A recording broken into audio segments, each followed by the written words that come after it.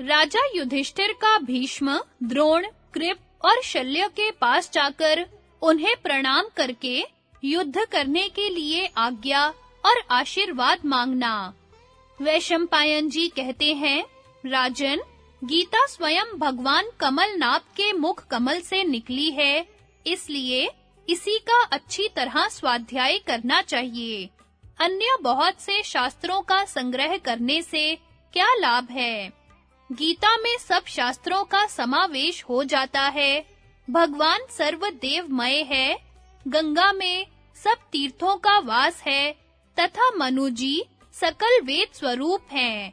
गीता, गंगा, गायत्री और गोविंद इन गकार युक्त 4 नामों के हृदय में स्थित होने पर फिर इस संसार में जन्म नहीं लेना पड़ता। श्री कृष्ण ने भारत अमृत के सारभूत गीता को बिलोकर उस अर्जुन के मुख में होमा है।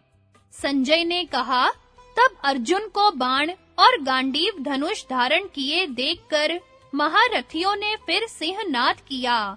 उस समय पांडव, सोमक और उनके अनुयायी दूसरे राजा लोग प्रसन्न होकर शंख बजाने लगे तथा भेरी, पेशी, क्रकच और नरसिंगों के अकस्मात बज उठने से वहां बड़ा शब्द होने लगा। इस प्रकार दोनों ओर की सेना को युद्ध के लिए तैयार देख महाराज युधिष्ठिर अपने कवच और शस्त्रों को छोड़कर रथ से उतर पड़े और हाथ जोड़े हुए बड़ी तेजी से पूर्व की ओर, जहां शत्रु की सेना खड़ी थी, पितामह भीष्म की ओर देखते हुए पैदल ही चल दिए। उन्हें इस प्रकार जाते देख अर्जुन भी रथ से कूद पड़े और सब भाइयों के साथ उनके पीछे-पीछे चल दिए। भगवान श्री कृष्ण तथा दूसरे मुख्य राजा भी बड़ी उत्सुकता से उनके पीछे हो लिए। तब अर्जुन ने कहा, राजन, आपका क्या विचार है? आप हमें छोड़कर पैदल ही शत्रु की सेना में क्यों जा रहे हैं? भीमसेन बोले, राजन, शत्रु पक्ष के सैनिक कवच धारण किए युद्ध के लिए तैयार खड़े हैं। ऐसी स्थिति में आप भाइयों को छोड़कर तथा कवच और शस्त्र डालकर कहां जाना चाहते हैं? नकुल ने कहा, महाराज, आप हमारे बड़े भाई हैं। आपके इस प्रकार जाने से हमारे हृदय में बड़ा भय हो रहा है। बताइए तो सही, आप कहां जाएंगे? सहदेव ने पूछा, राजन, इस महाभयावनी रणस्थली में आ जाने पर अब आप हमें छोड़कर इन शत्रुओं की ओर कहां जा रहे हैं? भाइयों के इस प्रकार पूछने पर भी महाराज युधिष्ठिर ने कोई उत्तर नहीं दिया। वे चुपचाप चलते ही गए। तब चतुर चूड़ामणि श्री कृष्ण ने हंसकर कहा, मैं इनका अभिप्राय समझ गया हूँ। ये भीष्म, द्रोण, कृप और शल्य आदि सब गुरुजनों से आज्ञा लेकर शत्रुओं के साथ युद्ध करेंगे। मेरा ऐसा मत है कि जो पुरुष अपने गुरुजनों की आज्ञा लिए बिना ही उनसे युद्ध करने लगता है, उसे वे स्पष्ट ही शाप दे देते हैं, और जो शास्त्रानुसार उनका अभिवादन करके और उनसे आज्ञा लेकर संग्राम करता है, उसकी अवश्य विजय होती है। इधर जब श्री कृष्ण ऐसा कह रहे थे, तो कौरवों की सेना में बड़ा कोलाहल होने लगा और कुछ लोग दंग से रहकर चुपचाप खड़े रहे। दुर्योधन के सैनिकों ने राजा युधिष्ठिर को आते देखा, तो वे आपस में कहने लगे, ओहो, यही कुल कलंक युधिष्ठिर है। देखो, अब यह डर कर अपने भाइयों के सहित शरण पाने की इच्छा से भीष्म जी के पास आ रहा है। अरे, इसकी पीठ पर तो अर्जुन, भीम, नकुल, सहदेव जैसे वीर हैं, फिर भी इसे भय ने कैसे दबा लिया? ऐसा कहकर फिर वे सैनिक कौरवों की प्रशंसा करने लगे और प्रसन्न होकर अपनी ध्वजाएं फहराने लगे। इस प्रकार युधिष्ठिर को धिक्कार कर वे सब वीर यह सुनने के लिए कि देखें यह भीष्म जी से क्या कहता है, और रणबांकुरे भीमसेन तथा कृष्ण और अर्जुन इस मामले में क्या बोलते हैं, चुप हो गए। इस समय महाराज युधिष्ठिर की इस चेष्टा से दोनों ही पक्षों की सेनाएं बड़े संदेह में पड़ गईं। महाराज युधिष्ठिर शत्रुओं की सेना के बीच में होकर भीष्म जी के पास पहुंचे और दोनों हाथों से उनके चरण पकड़कर कहने लगे, अजेय पितामह, मैं आपको प्रणाम करता हूँ। मुझे आपसे युद्ध करना होगा। आप मुझे आज्ञा दीजिए और साथ ही आशीर्वाद देने की कृपा भी कीजिए।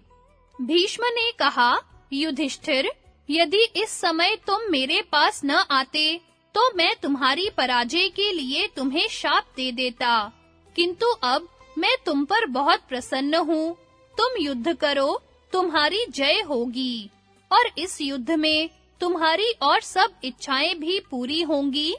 इसके सिवा तुम्हें कोई वर मांगने की इच्छा हो तो मांग लो, क्योंकि ऐसा होने पर फिर तुम्हारी पराजय नहीं हो सकेगी। राजन, यह पुरुष अर्थ का दास है, अर्थ किसी का भी दास नहीं है। यही सत्य है और इस अर्थ से ही कौरवों ने मुझे बांध रखा है। इसी से मैं तुम्हारे साथ नपुंसकों की सी बातें कर रहा हूँ। बेटा, युद्ध तो मुझे कौरवों की ओर से ही करना पड़ेगा। हाँ, इसके सिवा तुम और जो कुछ कहना चाहो वह कहो। युधिष्ठिर ने कहा, दादाजी, आपको तो कोई जीत नहीं सकता, इसलिए यदि आप हमारा हित चाहते हैं तो बतलाइए, हम आपको युद्ध में कैसे जीत सकेंगे।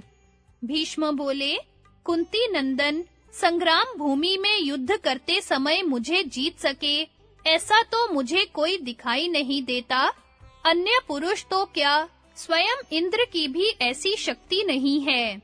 इसके सिवा मेरी मृत्यु का भी कोई निश्चित समय नहीं है, इसलिए तुम किसी दूसरे समय मुझसे मिलना। तब महाबाहु युधिष्ठिर ने भीष्म जी की यह बात सिर पर धारण की और उन्हें फिर प्रणाम कर वे आचार्य द्रोण के रथ की ओर चले। उन्होंने आचार्य को प्रणाम करके उनकी परिक्रमा की और फिर अपने कल्याण के लिए कहा, भगवन, मुझे आपसे युद्ध करना होगा। मैं इसके लिए आपकी आज्ञा चाहता हूँ, जिससे मुझे कोई पाप ना लगे। आप यह भी बताने की कृपा करें कि मैं शत्रुओं को किस प्रकार जीत सकूंगा।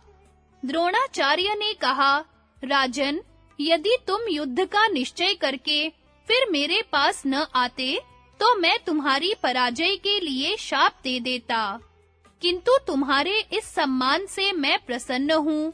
तुम युद्ध करो, तुम्हारी जय होगी।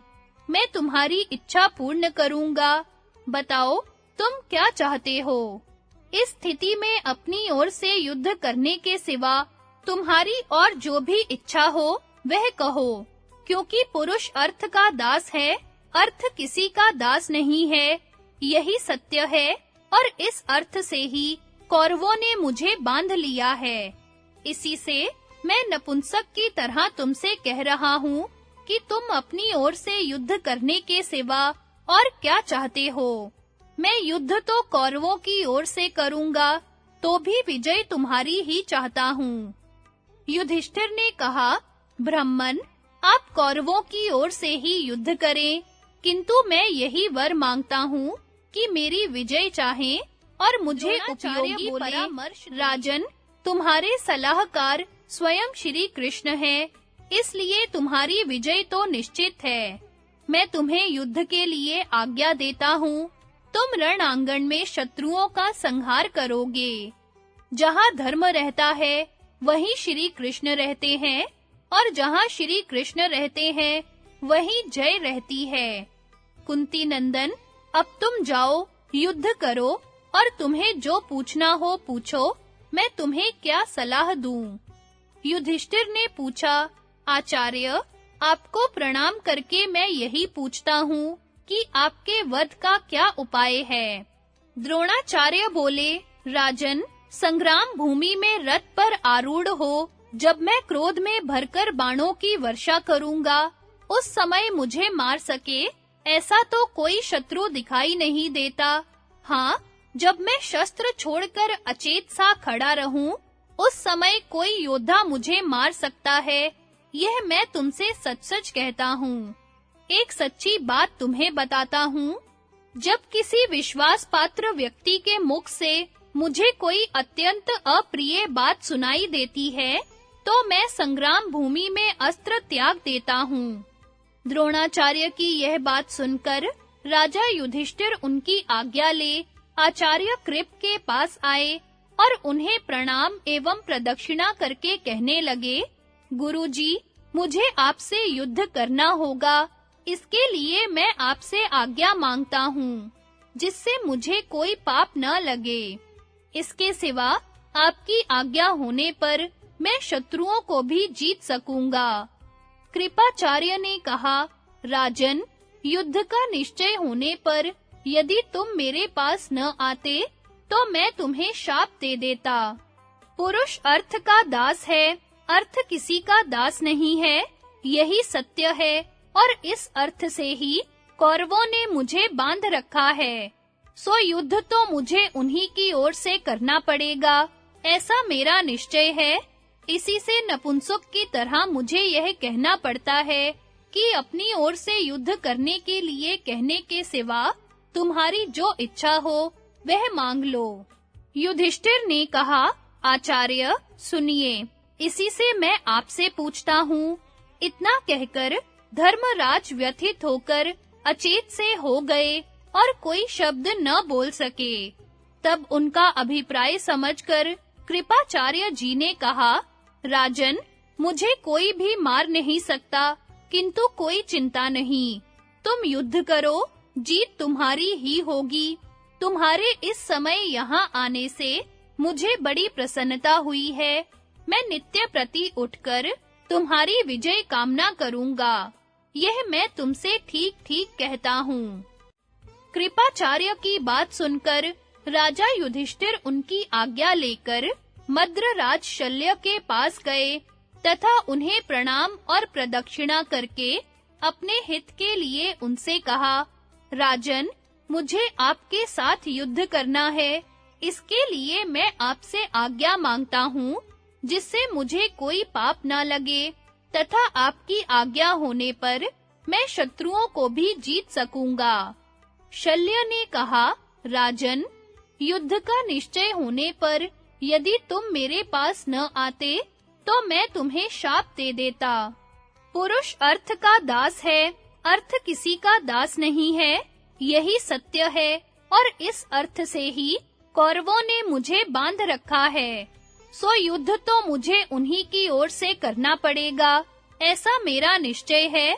इसी से नपुंसक की तरह मुझे यह कहना पड़ता है कि अपनी ओर से युद्ध करने के लिए कहने के सिवा तुम्हारी जो इच्छा हो वह मांग लो। तुम मेरे भांजे हो, तुम्हारी जो इच्छा होगी वह मैं पूर्ण करूंगा। युधिष्ठिर ने कहा, मामा जी, मैंने सैन्य संग्रह का उद्योग करते समय आपसे जो प्रार्थना की थी वही मेरा वर है। कर्ण से हमारा युद्ध होते समय आप उसके तेज का नाश करते रहें। शल्य बोले, कुंती नंदन, तुम्हारी यह इच्छा पूर्ण होगी। जाओ, निश्चिंत होकर युद्ध करो। मैं तुम्हारी बात पूरी करने की प्रतिज्ञा करता हूँ। संजय कहते हैं, राजन, मद्रराज शल्य से आज्ञा लेकर राजा युधिष्ठिर अपने भाइयों सहित उस विशाल वाहिनी से बाहर आ गए। इस बीच में श्री कृष्ण कर्ण के पास गए और उससे कहा कि मैंने सुना है भीष्म जी से द्वेष होने के कारण तुम युद्ध नहीं करोगे। यदि ऐसा है तो जब तक भीष्म नहीं मारे जाते तब तक तुम हमारी ओर आ जाओ। उनके मारे जाने पर फिर तुम्हें दुर्योधन की सहायता करनी ही उचित जान पड़े तो फिर हमारे मुकाबले में आकर युद्ध करना। कर्ण ने कहा, केशव, मैं दुर्योधन का अप्रिय कभी नहीं करूंगा। आप मुझे प्राणपण से दुर्योधन का हितैषी समझें। कर्ण की यह बात सुनकर श्री कृष्ण वहां से लौट आए और पांडवों में आ मिले। इसके बाद महाराज युधिष्ठिर ने सेना के बीच में खड़े होकर उच्च स्वर से कहा, जो वीर हमारा साथ देना चाहे, अपनी सहायता के लिए मैं उसका स्वागत करने को तैयार हूँ। यह सुनकर युयुत्सु बड़ा प्रसन्न हुआ। उसने पांडवों की ओर देखकर धर्मराज युधिष्ठिर से कहा, महाराज, यदि आप मेरी सेवा स्वीकार करें, तो मैं इस महायुद्ध में आपकी ओर से कौरवों के साथ युद्ध करूंगा। युधिष्ठिर ने कहा, युयुत्सो, आओ आओ, हम सब मिलकर तुम्हारे मूर्ख भाइयों से युद्ध करेंगे। महाबाहो, मैं तुम्हारा स्वागत करता हूँ, तुम हमारी ओर से संग्राम करो। मालूम होता है महाराज धृतराष्ट्र का वंश भी तुमसे ही चलेगा और तुमसे ही उन्हें पिंड मिलेगा। राजन, फिर युयुत्सु दुंदुभी घोष के साथ तुम्हारे पुत्रों को छोड़कर पांडवों की सेना में चला गया। तब धर्मराज युधिष्ठिर ने अपने भाइयों के सहित प्रसन्नता पूर्वक पुनः कवच धारण किया। सब लोग अपने-अपने रथों पर चढ़ गए और फिर सैकड़ों दुंदुभियों का घोष होने लगा और योद्धा लोग तरह-तरह से सिंहनाद करने लगे। पांडवों को रथ में बैठे देखकर धृष्टद्युम्न आदि सब राजाओं को बड़ा हर्ष हुआ। पांडवों ने माननियों का मान करने का गौरव प्राप्त किया है। यह देखकर राजाओं ने उनका बड़ा सत्कार किया तथा अपने बंधु बांधवों के प्रति उनकी सुहृदता, कृपा और दया की बड़ी चर्चा करने लगे। युद्ध का आरंभ, दोनों पक्षों के वीरों का परस्पर भिड़ना। राजा धृतराष्ट्र ने कहा, संजय, इस प्रकार जब मेरे पुत्र और पांडवों की सेनाओं की व्यूह रचना हो गई, तो उन दोनों में से पहले किसने प्रहार किया? संजय ने कहा, राजन, तब भाइयों के सहित आपका पुत्र दुर्योधन भीष्म जी को आगे रखकर सेना सहित बढ़ा। इस प्रकार भीमसेन के नेतृत्व में सब पांडव लोग भी भीष्म से युद्ध करने के लिए प्रसन्नता से आगे आए। इस प्रकार दोनों सेनाओं में घोर युद्ध होने लगा। पांडवों ने हमारी सेना पर आक्रमण किया और हमने उन पर धावा बोल दिया। दोनों ओर से ऐसा भीषण शब्द हो रहा था कि सुनकर रोंगटे खड़े हो जाते थे। उस समय महाबाहु भीमसेन तो सांड की तरह गरज रहे थे। उनकी दहाड़ से आपकी सेना का हृदय हिल उठा तथा सिंह की दहाड़ सुनकर जैसे दूसरे जंगली जानवरों का मल मूत्र निकल जाता है, उसी प्रकार आपकी सेना के हाथी घोड़े आदि वाहन भी मल मूत्र त्यागने लगे।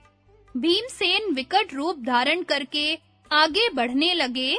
यह देखकर आपके पुत्रों ने उन्हें बाणों से इस प्रकार ढक दिया जैसे मेघ सूर्य को छिपा लेते हैं।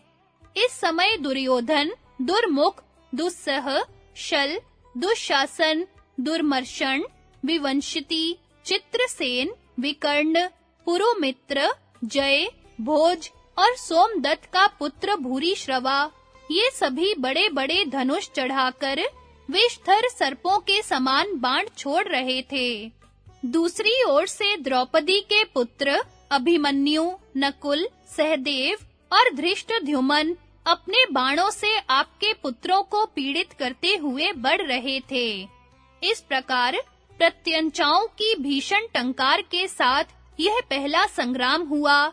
इसमें दोनों पक्षों के वीरों में से किसी ने पीछे पैर नहीं रखा। इसके बाद शांतनु नंदन भीष्म अपना काल दंड के समान भीषण धनुष लेकर अर्जुन के ऊपर झपटे और परम तेजस्वी अर्जुन भी अपना जगत विख्यात गांडीव धनुष चढ़ाकर भीष्म पर टूट पड़े। वे दोनों कुरुवीर एक दूसरे को मारने की इच्छा से युद्ध करने लगे। भीष्म ने अर्जुन को बींध डाला, फिर भी वे टस से मस न हुए। इसी प्रकार अर्जुन भी भीष्म जी को संग्राम से विचलित नहीं कर सके। इसी समय सात्यकी ने कृतवर्मा पर आक्रमण किया। उनका भी बड़ा भीषण और रोमांचकारी युद्ध होने लगा। महान धनुर्धर कौशलराज बृहद बल से अभिमन्यु भिड़ा हुआ था। उसने अभिमन्यु के रथ की ध्वजा को काट दिया और सारथी को भी मार डाला। इससे अभिमन्यु को बड़ा क्रोध हुआ। उसने 9 बाण छोड़कर बृहद बल को बींध दिया तथा 2 तीखे बाण छोड़कर एक से उसकी ध्वजा काट दी और दूसरे से सारथी और चक्र रक्षक को मार गिराया। भीमसेन का आपके पुत्र दुर्योधन से संग्राम हो रहा था। ये दोनों महाबली योद्धा रण में एक दूसरे पर बाणों की वर्षा कर रहे थे। उन चित्रयोधी वीरों को देखकर सभी को बड़ा विस्मय होता था। इसी समय दुःशासन महाबली नकुल से भिड़ गया और दुर्मुख सहदेव पर चढ़ आया और बाणों की वर्षा करके उसे व्यथित करने लगा। तब सहदेव ने एक बहुत ही तीखा बाण छोड़कर उसके सारथी को मार डाला।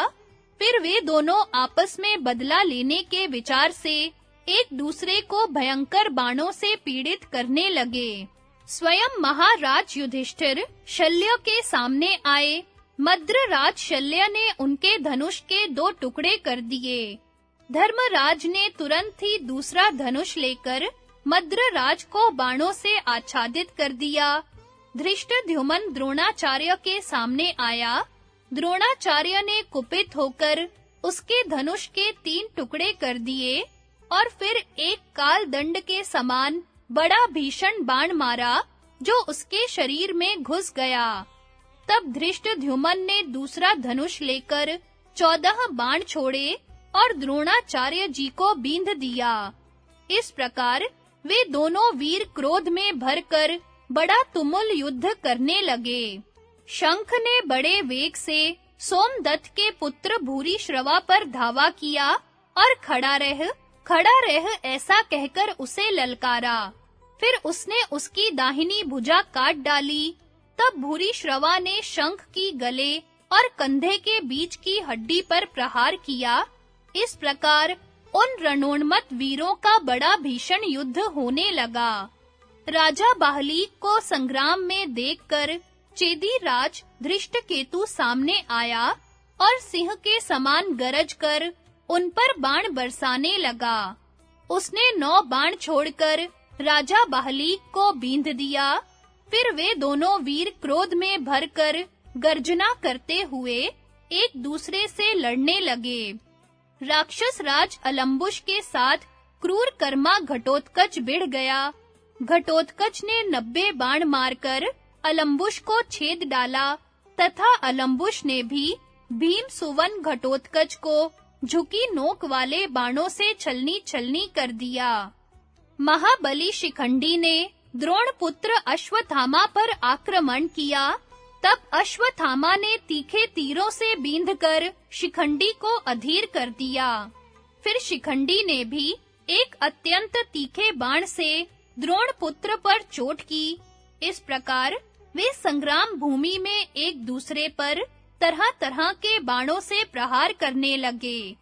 सेना नायक विराट महावीर भगदत्त से भिड़ गए और उनका घोर युद्ध होने लगा।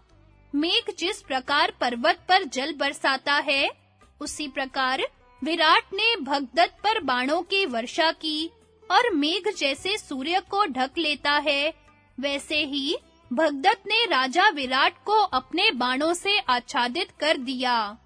आचार्य कृप ने कैकेयी राज बृहत क्षत्र पर धावा किया और अपने बाणों से उसे बिल्कुल ढक दिया। इसी प्रकार कैकेयी राज ने कृपाचार्य को बाणों में विलीन कर दिया। उन दोनों ने एक दूसरे के घोड़ों को मारकर धनुष काट डाले। इस प्रकार रथहीन होकर वे खड़ग युद्ध करने के लिए आमने-सामने आ गए। उस समय उनका बड़ा ही भीषण और कठोर युद्ध हुआ। राजा द्रुपद ने जयद्रथ पर आक्रमण किया। जयद्रथ ने 3 बाण छोड़कर द्रुपद को घायल कर दिया और द्रुपद ने जयद्रथ को बाणों से बींध दिया। आपके पुत्र विकर्ण ने सुतसोम पर धावा किया। दोनों में युद्ध ठन गया। उन दोनों ने एक दूसरे को बाणों से बींध दिया, परंतु उनमें से किसी ने भी पीछे पैर नहीं रखा। महारथी चेकीतान सुशर्मा पर चढ़ आया, किंतु सुशर्मा ने भीषण बाण वर्षा करके उसे आगे बढ़ने से रोक दिया। तब चेकीतान ने भी गुस्से में भरकर अपने बाणों से सुशर्मा को आच्छादित कर दिया। शकुनी ने परम पराक्रमी प्रतिविंध्य पर आक्रमण किया, किंतु युधिष्ठिर कुमार प्रतिविंध्य ने अपने पैने बाणों से उसे छिन्न-भिन्न कर दिया। सहदेव के पुत्र श्रुतकर्मा ने काम्बोज महारथी सुदक्षिण पर धावा किया। सुदक्षिण ने उसे अपने बाणों से बींध दिया, फिर भी वह युद्ध से डिगा नहीं। फिर वह क्रोध में भरकर अनेकों बाणों से सुदक्षिण को विदीर्ण सा करता हुआ घोर युद्ध करने लगा। अर्जुन का पुत्र इरावान श्रुतायु के सामने आया और उसके घोड़ों को मार डाला। इस पर श्रुतायु ने कुपित होकर अपनी गदा से इरावान के घोड़ों को नष्ट कर दिया। फिर उन दोनों का घोर युद्ध होने लगा। महारथी कुंती भोज से अवंती राजविंद और अनुविंद का संघर्ष हुआ। वे अपनी-अपनी विशाल वाहिनियों के सहित संग्राम करने लगे। अनुविंद ने कुंती भोज पर गदा चलाई और कुंती भोज ने तुरंत ही उसे अपने बाणों से ढक दिया। कुंती भोज के पुत्र ने बाण बरसाकर विंद को व्यथित कर दिया और विंद ने उसे अपने बाणों से विदीर्ण कर दिया। इस प्रकार उनमें बड़ा अद्भुत युद्ध होने लगा। कैकेयी देश के 5 सहोदर राजपुत्र गांधार देश के 5 राजकुमारों से युद्ध करने लगे। साथ ही उन दोनों देशों की सेनाएं भी भिड़ गईं। आपका पुत्र वीरबाहु राजा विराट के पुत्र उत्तर से लड़ने लगा और उसे अपने पैने बाणों से बींध दिया। इसी प्रकार उत्तर ने भी तीखे-तीखे तीर छोड़कर उस वीर को व्यथित कर दिया। चेदी राज ने उलूक पर धावा किया और बाणों की वर्षा करके उसे पीड़ित करने लगा, तथा उलूक ने भी उसे तीखे-तीखे बाणों से बींधना आरंभ किया। इस प्रकार एक दूसरे को विदीर्ण करते हुए उनका बड़ा भीषण युद्ध होने लगा। उस समय सब वीर ऐसे उन्मत्त हो रहे थे कि कोई किसी को पहचान नहीं पाता था। हाथी के साथ, रथी के साथ, घुड़सवार के साथ और पैदल के साथ भिड़े हुए थे। इस प्रकार एक दूसरे से भिड़कर उन योद्धाओं का बड़ा दुर्धर्ष और घमासान युद्ध होने लगा। उस समय देवता, ऋषि, सिद्ध और चारण भी वहां आकर उस देवासुर संग्राम के समान घोर युद्ध को देखने लगे। राजन, उस संग्राम भूमि में लाखों पदाती मर्यादा छोड़कर युद्ध कर रहे थे। वहां पिता पुत्र की ओर नहीं देखता था और पुत्र पिता को नहीं गिनता था। इसी प्रकार भाई भाई की, भांजा मामा की, मामा भांजे की और मित्र की परवाह नहीं करता था। ऐसा जान पड़ता था मानो वे भूतों से आविष्ट होकर युद्ध कर रहे हैं। इस प्रकार जब वह संग्राम मर्यादाहीन और अत्यंत भयानक हो गया, तो भीष्म के सामने पड़ते ही पांडवों की सेना उत्तर और श्वेत का संग्राम तथा उत्तर और श्वेत का वध।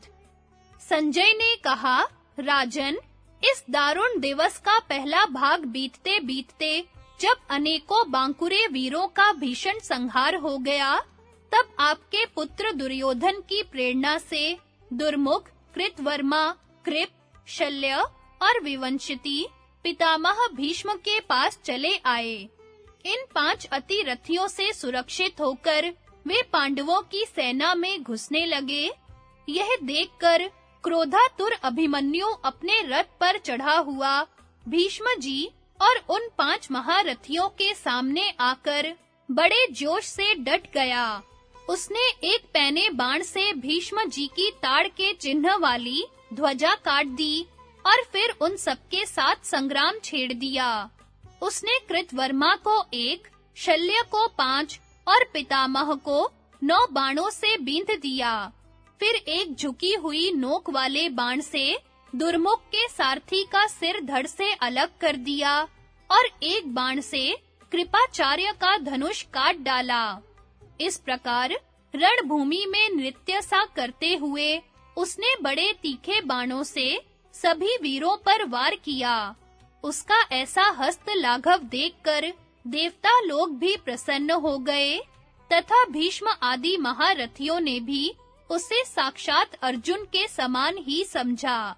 फिर कृतवर्मा, कृप और शल्य ने भी अभिमन्यु को बाणों से बींध दिया, परंतु वह मैनाक पर्वत के समान रणभूमि से तनिक भी विचलित नहीं हुआ तथा कौरव वीरों से घिरे होने पर भी उस वीर महारथी ने उन पांचों अतिरथियों पर बाणों की झड़ी लगा दी और उनके हजारों बाणों को रोककर भीष्म जी पर बाण छोड़ते हुए वह भीषण सिंहनाद करने लगा। राजन, फिर महाबली भीष्म जी ने बड़े ही अद्भुत और भयानक दिव्य अस्त्र प्रकट किए और अभिमन्यु पर हजारों बाण छोड़कर उसे बिल्कुल ढक दिया। यह उनका बड़ा ही अद्भुत व्यापार हुआ। तब विराट, धृष्टद्युम्न, द्रुपद, भीम, सात्यकी और 5 कैकेयी देशीय राजकुमार, ये पांडव पक्ष के 10 महारथी बड़ी तेजी से अभिमन्यु की रक्षा के लिए दौड़े। उन्होंने जैसे ही धावा किया कि शांतनु नंदन भीष्म ने पांचाल राज द्रुपद के 3 और सात्यकी के 9 बाण मारे तथा एक बाण से भीमसेन की ध्वजा काट डाली। तब भीमसेन ने 3 बाणों से भीष्म को, 1 से कृपाचार्य को और 8 बाणों से कृतवर्मा को बींध दिया। राजा विराट के पुत्र उत्तर ने हाथी पर चढ़कर बड़े वेग से शल्य पर धावा किया। हाथी को अपने रथ की ओर बड़ी तेजी से आता देखकर मद्रराज शल्य ने बाणों द्वारा उसका वेग रोक दिया। इससे वह हाथी चिढ़ गया और उसने रथ के जुए पर पैर रखकर उसके चारों घोड़ों को मार डाला। घोड़ों के मारे जाने पर खाली रथ में ही बैठे हुए शल्य ने उत्तर के ऊपर एक भीषण शक्ति छोड़ी। उससे उत्तर का कवच फट गया, उसके हाथ से अंकुश और तोमर आदि गिर गए और वह अचेत होकर हाथी से नीचे गिर गया। फिर शल्य तलवार लिए रथ से कूद पड़े और उस हाथी की सूंड काट दी। इससे वह भयंकर चीत्कार करता मर गया। यह पराक्रम करके राजा शल्य कृतवर्मा के रथ पर चढ़ गए। जब विराट पुत्र श्वेत ने अपने भाई उत्तर को मरा हुआ और शल्य को कृतवर्मा के पास बैठा देखा, तो वह क्रोध से जल उठा और अपना विशाल धनुष चढ़ाकर शल्य को मारने के लिए दौड़ा। वह बाणों की वर्षा करता हुआ शल्य के रथ की ओर चला। इस समय मद्रराज को मृत्यु के मुंह में पड़ा देखकर आपके पक्ष के 7 महारथियों ने उन्हें चारों ओर से घेर लिया। कौशलराज, बृहदबल, मगधराज, जयसेन, शल्य पुत्र रुकमरथ, काम्बोज नरेश सुदक्षिण, विंद, अनुविंद और जयद्रथ, ये 7 वीर श्वेत के सिर पर बाणों की वर्षा करने लगे। सेनापति श्वेत ने 7 बाणों से उन 7 के धनुष काट डाले। उन्होंने आधे निमिष में ही दूसरे धनुष लेकर श्वेत पर 7 बाण छोड़े, किंतु महामना श्वेत ने 7 बाण छोड़कर फिर उनके धनुष काट दिए। तब उन महारथियों ने शक्तियां लेकर भीषण गर्जना करते हुए उन्हें श्वेत पर छोड़ा, परंतु अस्त्र विद्या के पारगामी श्वेत ने 7 ही बाणों से उन्हें भी काट दिया। फिर उसने एक भीषण बाण लेकर उसे रुक्म रथ पर छोड़ा। उसकी गहरी चोट लगने से रुक्म रथ अचेत होकर रथ के पिछले भाग में बैठ गया। उसे अचेत देखकर उसका सारथी तुरंत ही सब लोगों के देखते-देखते रणभूमि से अलग हो गया। फिर श्वेत कुमार ने 6 बाण चढ़ाकर उन 6 महारथियों की ध्वजाओं के अग्रभाग काट दिए और उनके घोड़े तथा सारथियों को भी बींध डाला। इसके पश्चात उन्हें बाणों से आच्छादित कर स्वयं शल्य के रथ की ओर चला इससे आपकी सेना में बड़ा कोलाहल होने लगा। तब सेनापति श्वेत को शल्य की ओर जाते देख आपका पुत्र दुर्योधन भीष्म को आगे कर सारी सेना के सहित श्वेत के रथ के सामने आया और मृत्यु के मुख में पड़े हुए राजा शल्य को उससे मुक्त किया। बस बड़ा ही घोर और रोमांचकारी युद्ध होने लगा तथा पितामह भीष्म, अभिमन्यु, भीमसेन, सात्यकी, कैकेयी राजकुमार, धृष्टद्युम्न, द्रुपद और चेदी तथा मत्स्य देश के राजाओं पर बाणों की वर्षा करने लगे। राजा धृतराष्ट्र ने पूछा, संजय, जब राजकुमार श्वेत शल्य के रथ के सामने पहुंचा, तो कौरव, पांडव और शांतनु नंदन भीष्म जी ने क्या किया, यह मुझे बताओ। संजय ने कहा, राजन, उस समय लाखों क्षत्रिय वीर राजकुमार श्वेत की रक्षा कर रहे थे। उन्होंने पितामह भीष्म के रथ को घेर लिया। बड़ा ही घनघोर युद्ध होने लगा। भीष्म जी ने मार काट मचाकर अनेकों रथों को सूना कर दिया। उस समय उनका पराक्रम बड़ा ही अद्भुत था। इधर राजकुमार श्वेत ने भी हजारों रथियों का सफाया कर दिया और अपने पैने बाणों से उनके सिर उड़ा दिए। मैं भी श्वेत के भय से अपना रथ छोड़कर भाग आया, इसी से महाराज के दर्शन कर सका हूँ। इस भीषण कटाकटी के समय एकमात्र भीष्म जी ही सुमेरु के समान अचल खड़े हुए थे। वे अपने दुस्त्यज प्राणों का मोह छोड़कर निर्भीक भाव से पांडवों की सेना का संहार कर रहे थे। जब उन्होंने देखा कि श्वेत बड़ी तेजी से कौरव सेना को नष्ट कर रहा है, तो वे झटपट उसके सामने आ गए। किंतु श्वेत ने भीषण बाण वर्षा करके उन्हें बिल्कुल ढक दिया। भीष्म जी ने भी श्वेत पर बड़ी भारी बाण वर्षा की। उस समय यदि श्वेत ने रक्षा न की होती, तो भीष्म जी एक दिन में ही सारी पांडव सेना को नष्ट भ्रष्ट कर देते। जब पांडवों ने देखा कि श्वेत ने भीष्म जी का भी मुंह फेर दिया है, तो वे बड़े प्रसन्न हुए। पर आपका पुत्र दुर्योधन उदास हो गया। वह अत्यंत क्रोध में भरकर अनेकों अन्य राजाओं के सहित सारी सेना लेकर पांडवों पर टूट पड़ा। उसी की प्रेरणा से दुर्मुख, कृतवर्मा, कृपाचार्य और शल्य भीष्म की रक्षा कर रहे थे। श्वेत ने जब देखा कि दुर्योधन तथा कई अन्य राजा मिलकर पांडवों की सेना का संहार कर रहे हैं, तो वह भीष्म जी को छोड़कर कौरवों की सेना का विध्वंस करने लगा। इस प्रकार आपकी सेना को तितर-बितर करके वह फिर भीष्म जी के सामने आकर डट गया। फिर वे दोनों वीर इंद्र और वृत्रासुर के समान एक दूसरे के प्राणों के ग्राहक होकर लड़ने लगे।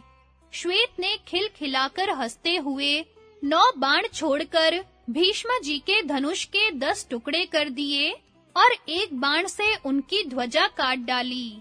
यह देखकर आपके पुत्रों ने समझा कि अब श्वेत के पंजे में पड़कर भीष्म जी मारे जाएंगे तथा पांडव लोग प्रसन्न होकर शंख बजाने लगे। तब दुर्योधन ने क्रोधित होकर अपनी सेना को आदेश दिया, अरे, सब लोग सावधान होकर सब ओर से भीष्म जी की रक्षा करो।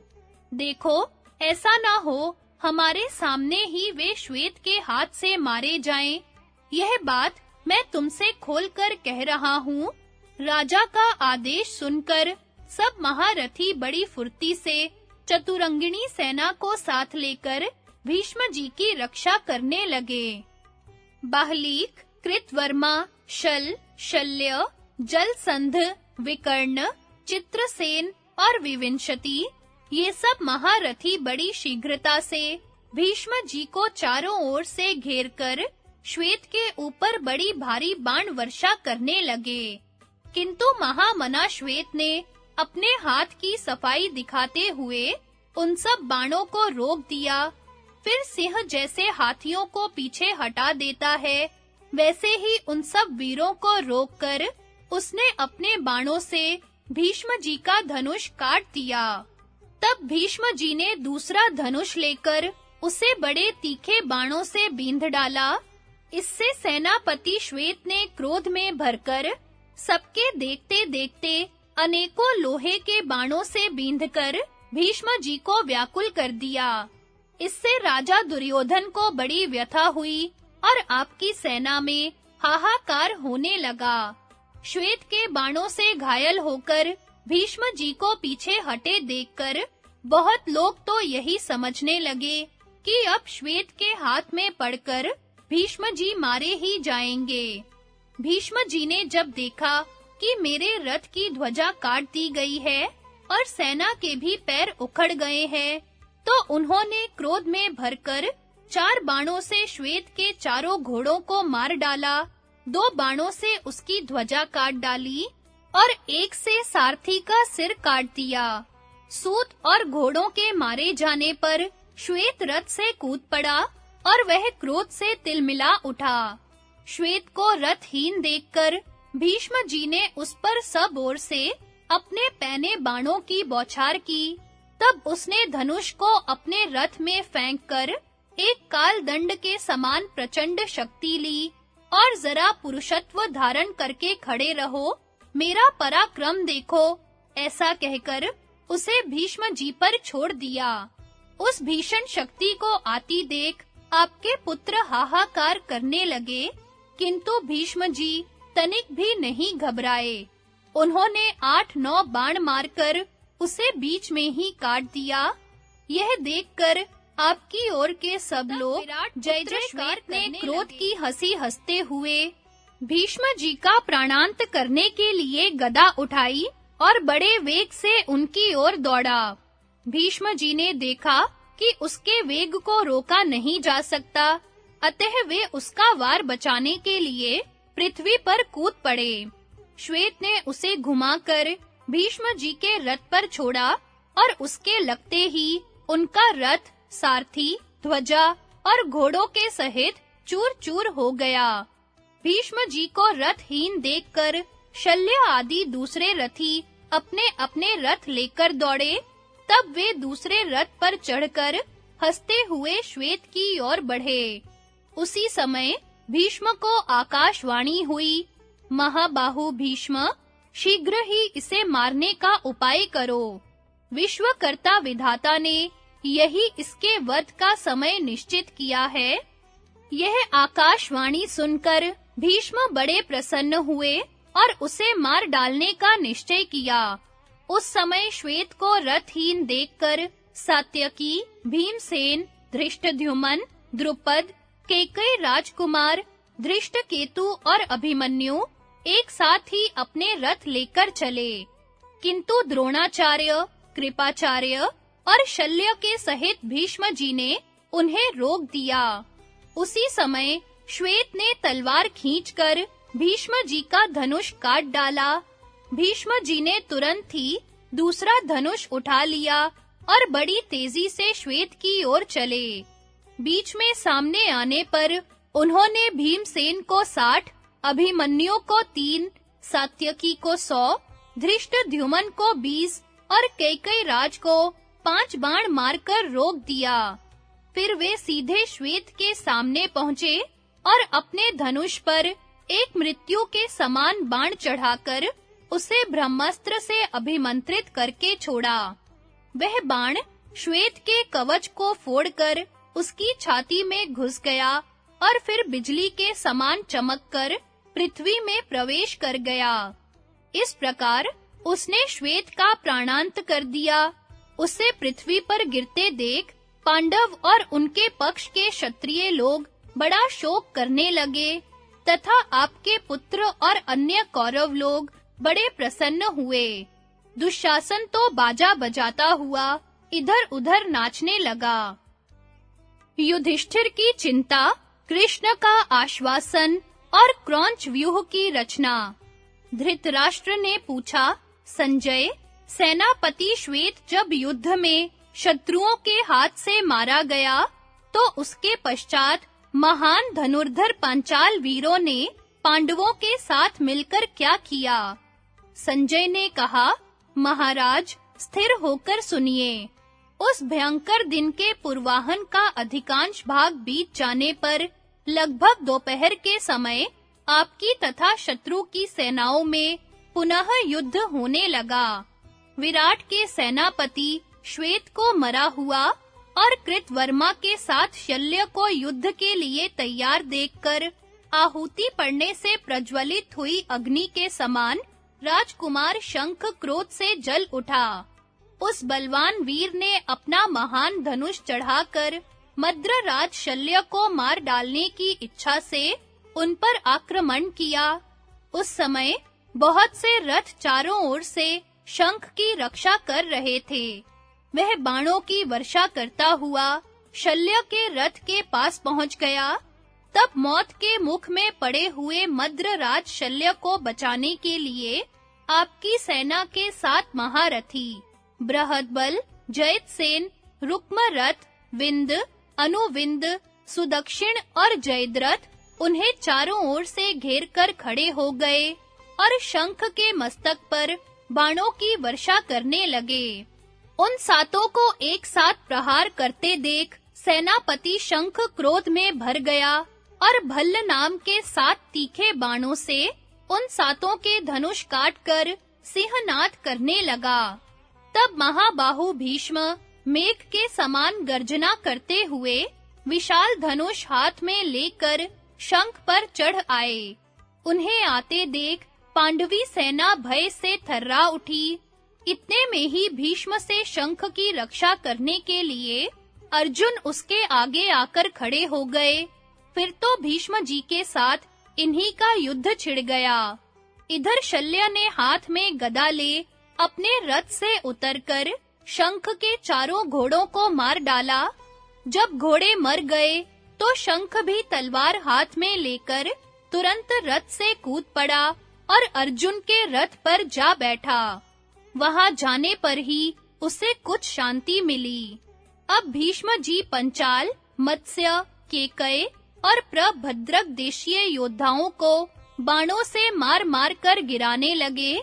फिर उन्होंने अर्जुन का सामना छोड़कर पंचाल राज द्रुपद पर धावा किया और उनकी सेना भीष्म जी के बाणों से दग्ध होती दिखाई देने लगी।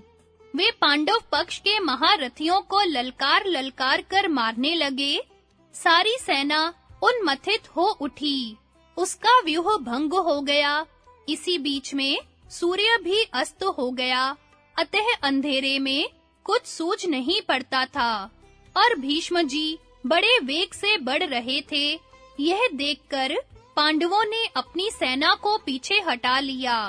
प्रथम दिन के युद्ध में जब पांडव सेना पीछे हटा ली गई और कुपित हुए भीष्म का पराक्रम देखकर दुर्योधन खुशी मनाने लगा, उस समय धर्मराज युधिष्ठिर अपने सभी भाइयों और संपूर्ण राजाओं को साथ लेकर तुरंत भगवान श्री कृष्ण के पास गए और अपनी पराजय की चिंता से बहुत दुखी होकर कहने लगे, श्री कृष्ण, देखते हो ना, गर्मी के मौसम में सूखे हुए तिनके की ढेरी को जैसे आग क्षण भर में जला डालती है, उसी प्रकार भयानक पराक्रम दिखाने वाले भीष्म जी अपने बाणों से मेरी सेना को भस्मसात कर रहे हैं।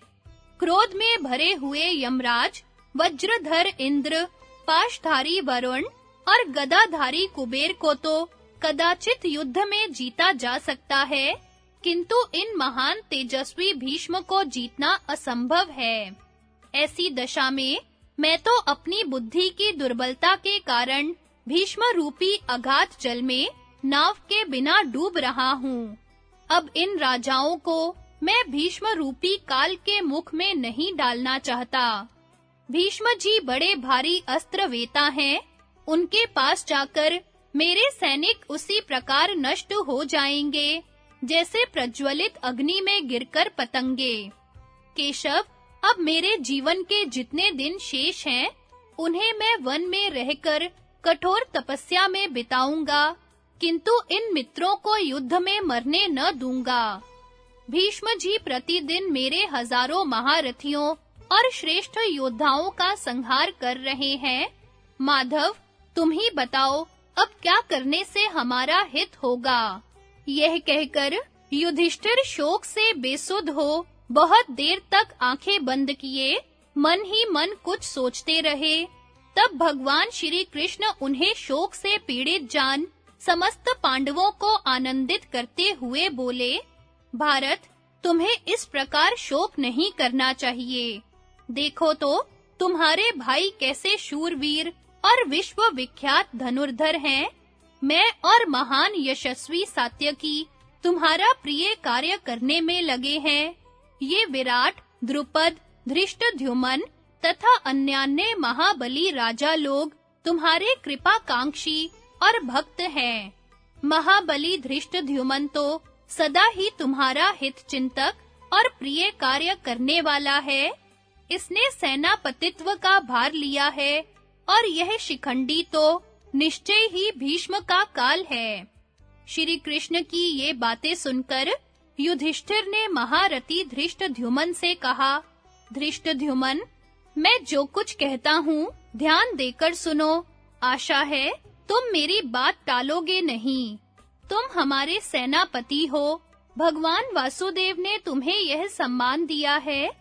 पूर्व काल में जैसे कार्तिकेय जी देवताओं के सेनापति हुए थे, उसी प्रकार तुम भी पांडवों के सेना नायक हो। पुरुष सिंह, अब अपना पराक्रम दिखाओ और कौरवों का संहार करो। मैं भीमसेन, अर्जुन, नकुल, सहदेव और द्रौपदी के सभी पुत्र तथा और भी जो प्रधान राजा हैं, सब तुम्हारे पीछे चलेंगे। यह सुनकर धृष्टद्युम्न ने वहां उपस्थित सभी लोगों को प्रसन्न करते हुए कहा, कुंती नंदन, भगवान शंकर ने मुझे पहले से ही द्रोणाचार्य का काल बनाया है। आज मैं भीष्म, कृपाचार्य, द्रोणाचार्य, शल्य और जयद्रथ इन सभी अभिमानी वीरों का मुकाबला करूंगा। शत्रु हंता धृष्टद्युम्न जब इस प्रकार युद्ध के लिए तैयार हुआ, तो रणोन्मत्त पांडव वीर जय जयकार करने लगे। तत्पश्चात युधिष्ठिर ने सेनापति धृष्टद्युम्न से कहा, देवासुर संग्राम में बृहस्पति जी ने इंद्र के लिए जिस क्रौंचारुण नामक व्यूह का उपदेश दिया था, उसी की रचना हम लोग करें। दूसरे दिन युधिष्ठिर की आज्ञा के अनुसार धृष्टद्युम्न ने अर्जुन को संपूर्ण सेना के आगे रखा। रथ पर बैठे हुए अर्जुन अपनी रत्न जटित ध्वजा और गांडीव धनुष से ऐसी शोभा पा रहे थे, जैसे सूर्य की किरणों से सुमेरु पर्वत। राजा द्रुपद बहुत बड़ी सेना को साथ लिए उस क्रौंच व्यूह के शिरोभाग में स्थित हुए। कुंती भोज और चेदीराज ये दोनों नेत्रों के स्थान पर रखे गए। दशार्णक, प्रभद्रक, अनूपक और किरातों का समूह ग्रीवा के स्थान पर था। पट्टचर, पौंड्र, पौरवक और निषादों के साथ राजा युधिष्ठिर उसके पृष्ठ भाग में खड़े थे। उसके दोनों पंखों के स्थान में भीमसेन और धृष्टद्युम्न थे। द्रौपदी के पुत्र अभिमन्यु, महारथी सात्यकी तथा पिशाच, दरद, पुंड्रु, कुंडीविष, मारुत, धेनुक, तंगण, परतंगण, बालिक, तितिर, चोल और पांड्य देशों के वीर दक्षिण पक्ष में स्थित हुए और अग्निवेश्य, हुंड, मालव, दानभारी, शबर, उब्धस, वत्स तथा नाकुल देशीय वीरों के साथ नकुल और सहदेव वाम पक्ष में स्थित हुए। इस व्यूह के दोनों पक्षों में 10,000, शिरोभाग में 1,00,000, पृष्ठ भाग में 1,20,000 और ग्रीवा में 1,70,000 रथ खड़े किए गए थे। दोनों पक्षों के आगे, पीछे और सब किनारों पर पर्वत के समान ऊंचे गजराजों की कतारें थी। विराट, केकई, काशीराज और शैब्य ये उसके जंघा स्थान की रक्षा करते थे। इस प्रकार उस महाव्यूह की रचना करके पांडव अस्त्र शस्त्र और कवच आदि से सुसज्जित हो युद्ध के लिए सूर्योदय की प्रतीक्षा करने लगे।